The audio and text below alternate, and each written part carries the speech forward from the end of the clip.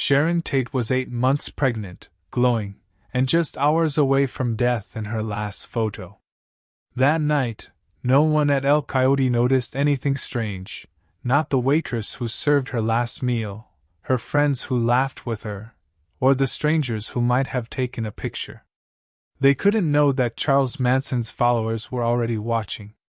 That same night, these monsters would break into her home, ignore her cries for help to save her baby, and commit a murder so brutal that it would change America forever.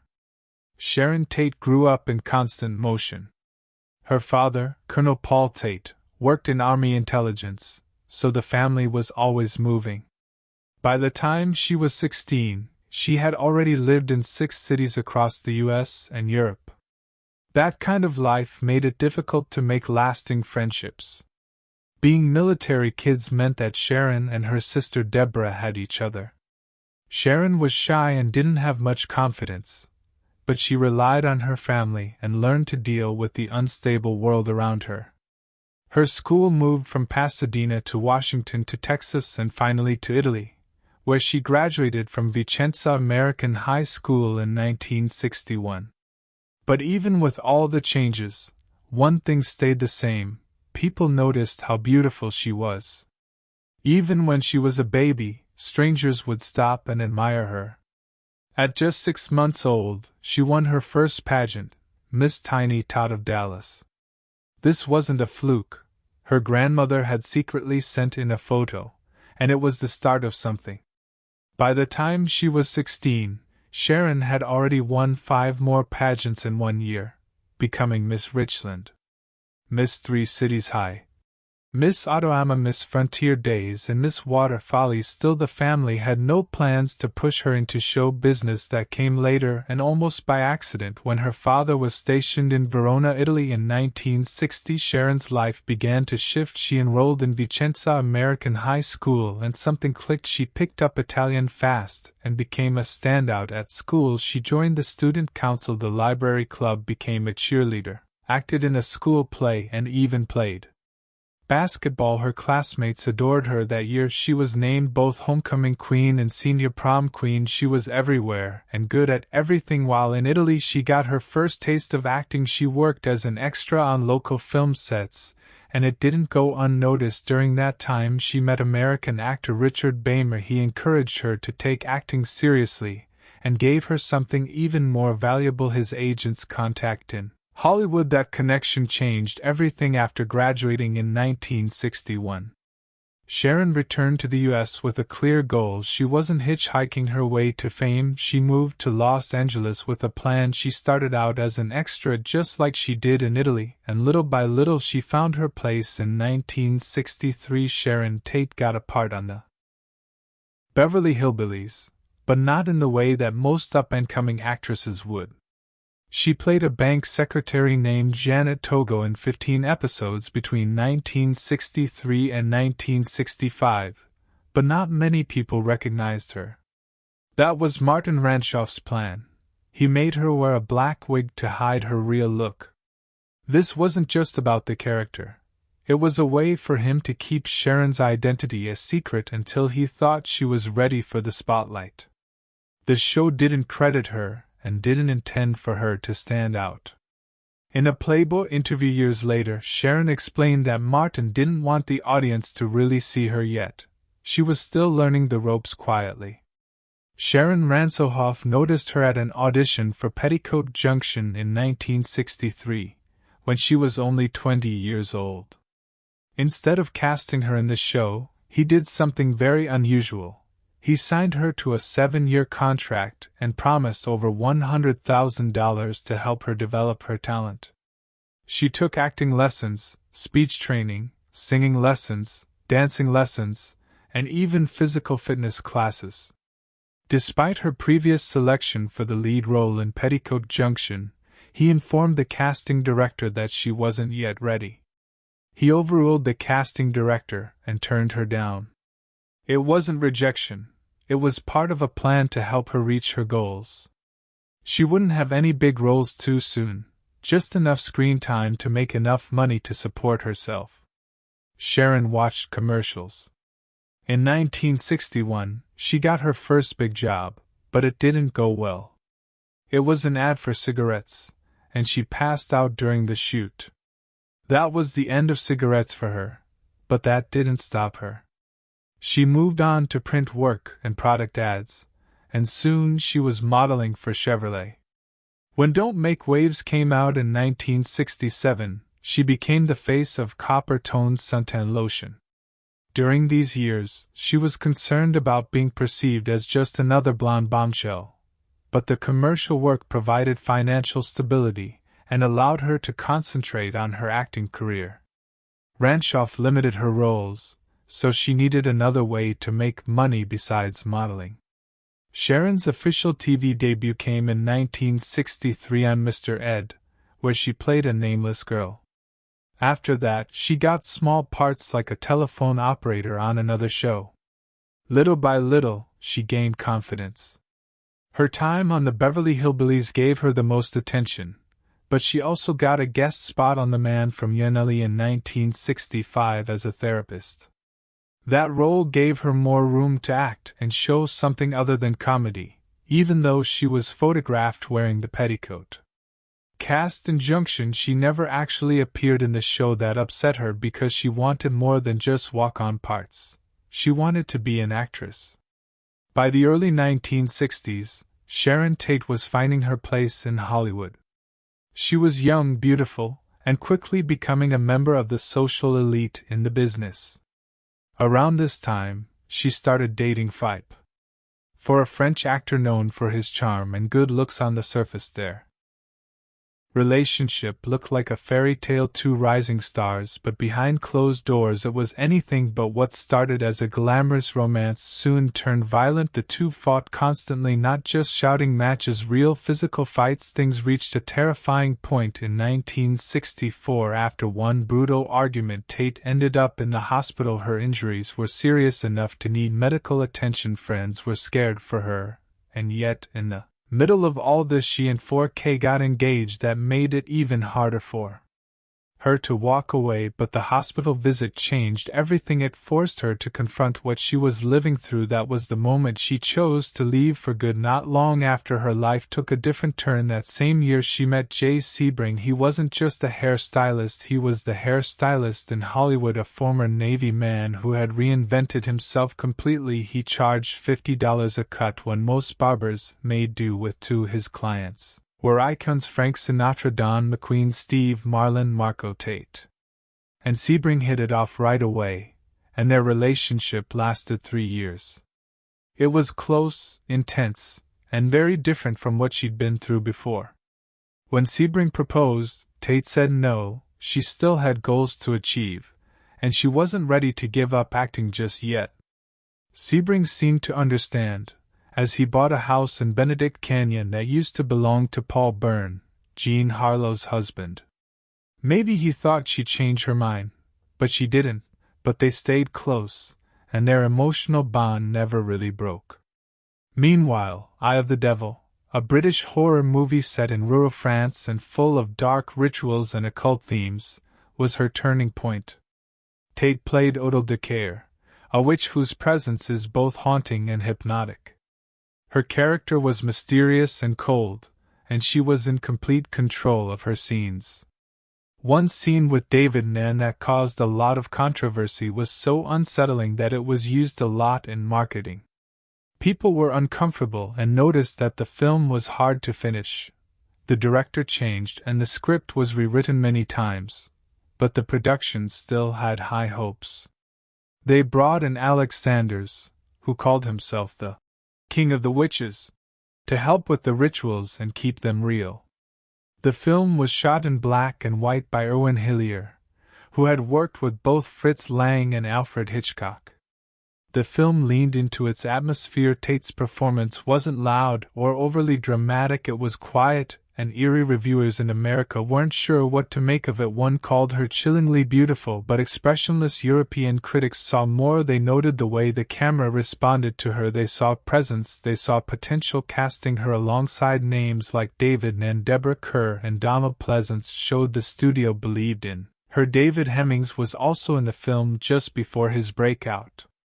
Roll and blow-up director J. Lee Thompson may not have said much about her publicly, but the way he framed her scenes made it clear she wasn't just in the background anymore. She was part of the story's weight. The film was shot at the Château d'Odeur in the Dordogne region of France. That location brought Tate into a different creative world. She traveled with her then boyfriend Jay Sebring to London for pre-production. That's where things began to shift. In London she met Sanders and others tied to the occult scene. She also stepped into the middle of the city's cultural explosion. She was 22, on the edge of something bigger, and just a year away from crossing paths with Roman Polanski in 1967. Sharon Tate's life changed fast. She had already spent years trying to break into Hollywood's small TV roles, bit parts in forgettable films, but everything shifted when she landed a lead role in The Fearless Vampire Killers. It was a quirky horror comedy, but more than that, it introduced her to Roman Polanski. They met through producer Martin Ranshoff, who believed Tate was right for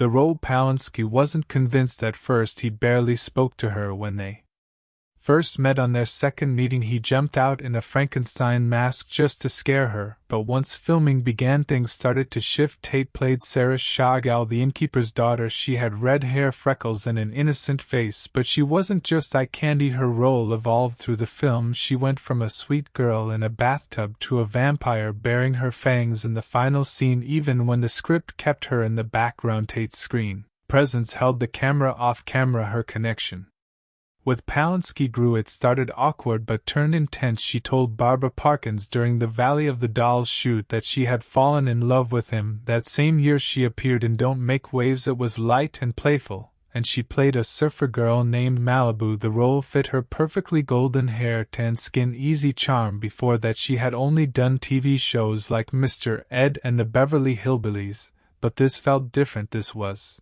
her big break. She became the face of Coppertone sunscreen, and the picture of her in a bikini on the beach, smiling like summer, became famous. Critics also took notice. Later, Leonard Moulton called it one of her best performances. Dean Martin saw her in that role and cast her in The Wrecking Crew. He was so impressed that he wanted her in the sequel, but it never happened. Valley of the Dolls, on the other hand, made her a real star. She portrayed Jennifer North, a stunning woman consistently overlooked due to her beauty. The role resonated deeply with Tate. Despite her distaste for the script, she gave it her utmost effort. Mark Robson was mean to her in front of the cast, but he told Polanski behind closed doors that she had real talent. The movie was a hit, and Sharon Tate was nominated for a Golden Globe for New Star of the Year. She also came in fourth place in the Golden Laurel Awards and second in Motion Picture Herald's Star of Tomorrow poll. Studios took notice, and one was willing to pay her $150,000 for her next movie. That was money. Back in 1967, right before the movie came out, she posed for Playboy. The photos, which were taken by Polanski himself, showed her in poses that blurred the line between actress and muse. The photos caused a stir. People talked about the timing, her relationship with the director, and the kind of image she was creating. Magazines called her vain and shallow, but she was a young woman who knew exactly what she was doing. Sharon Tate married Roman Polanski on January 20, 1968, in London. The marriage took place just 4 days before Tate turned 25. Polanski wore an Edwardian-style suit, and Tate wore a short off-white taffeta dress that became a trend right away. Picture her smile.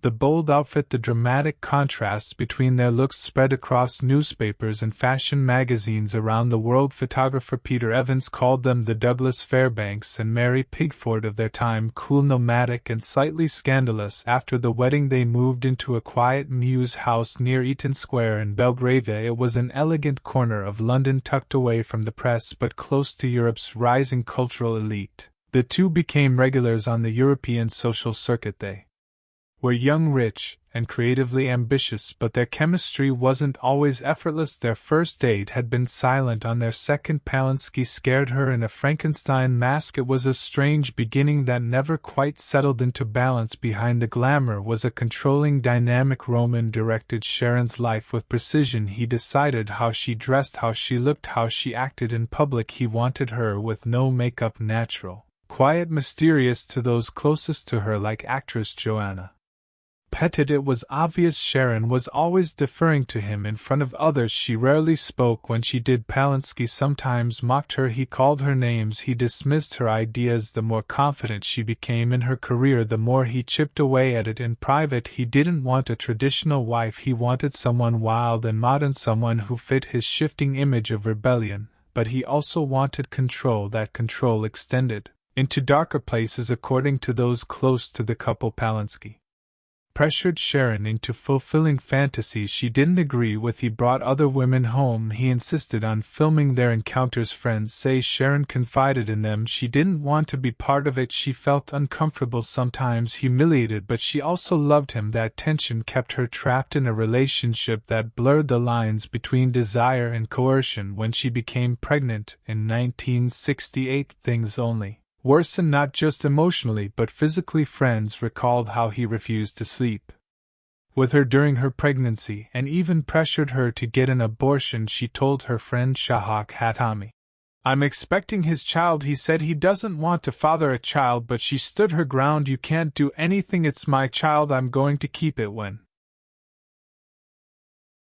she wouldn't go through with the abortion he allegedly pushed for in Brazil, Palansky left the country. He went to London, leaving her behind in Los Angeles, 8.5 months pregnant, and by herself. During this time, author Ed Sanders wrote that he started to treat her like she was in the way, making fun of her in public and calling her names. Friends said he was mean to her, and once called her a dumb hag in public. While Sharon was at home getting ready for the baby, Roman Palansky had an affair with Michelle Phillips from Mamas and Papas. This wasn't just a betrayal. Michelle was close to Sharon, which made it even more personal. The affair became public in Hollywood, and many people thought Palansky was punishing Sharon for not doing what he wanted. Biographer Ed Sanders wrote that the affair began immediately after Sharon refused to get the abortion, but even then Sharon stayed composed. She didn't speak badly of him. She focused on preparing for motherhood, setting up the nursery, and decorating the house. At 10:50 Drive, Palansky would later talk about Sharon as if she had only existed to care for him. He said she was a born housewife, that she cooked like a dream and used to cut his hair, a skill she'd picked up from her ex-boyfriend Jay Sebring.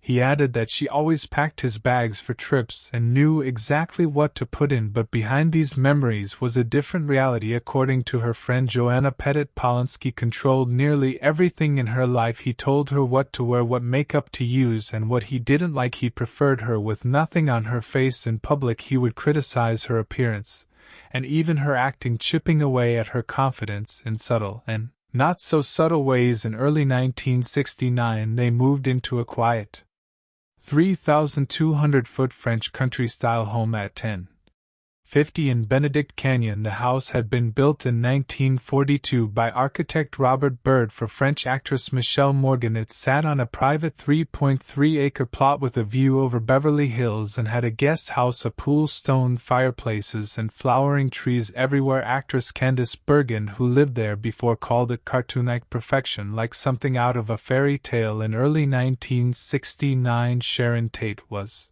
at a turning point. She was pregnant with her first child and had just accepted a role in an Italian comedy called 12 Plus when this movie gave her a chance to work with Orson Welles, which was enough for her to take the job.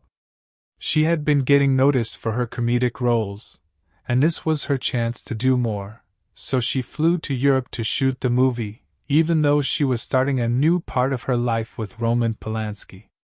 Soon after, he left for London to work on a new project. While he worked on The Day of the Dolphin, Sharon stayed behind and kept working, and by March, she was fully immersed in production. No one knew that this would be her last movie. 12+1 was released after her death, and it became a final glimpse of a future she never got to live. Just 1 month before. A rope around their necks and thrown over a ceiling beam. Fryovsky tried to fight back but was stabbed and hit, and Blyer ran out into the yard but was chased down and killed on the grass before leaving. The next morning, Susan Atkins dipped a towel in Tate's blood and wrote, "Pig," on the front door. When the housekeeper, Wyford Chapman, came, she found blood on the walls and bodies all over the place. Dr. Thomas and Gucci didn't understand what was going on. The coroner confirmed that Sharon Tate was still alive when she was hanged. She died soon after from injuries to her chest and back. Tate had talked about her hopes for her child in an interview just a few weeks before she died. She said she wanted the child to be healthy and happy, to see and enjoy the good things in life. That night, she had dinner at El Coyote Cafe, which was pretty normal. If there's a picture from that night, it would have been taken there or at her house afterward. Hours later, she was gone. The killings shocked the whole country. The Manson family didn't just kill people, they broke up a decade. That summer, something changed. Author Joan Didion later said, "That day, the paranoia was fulfilled.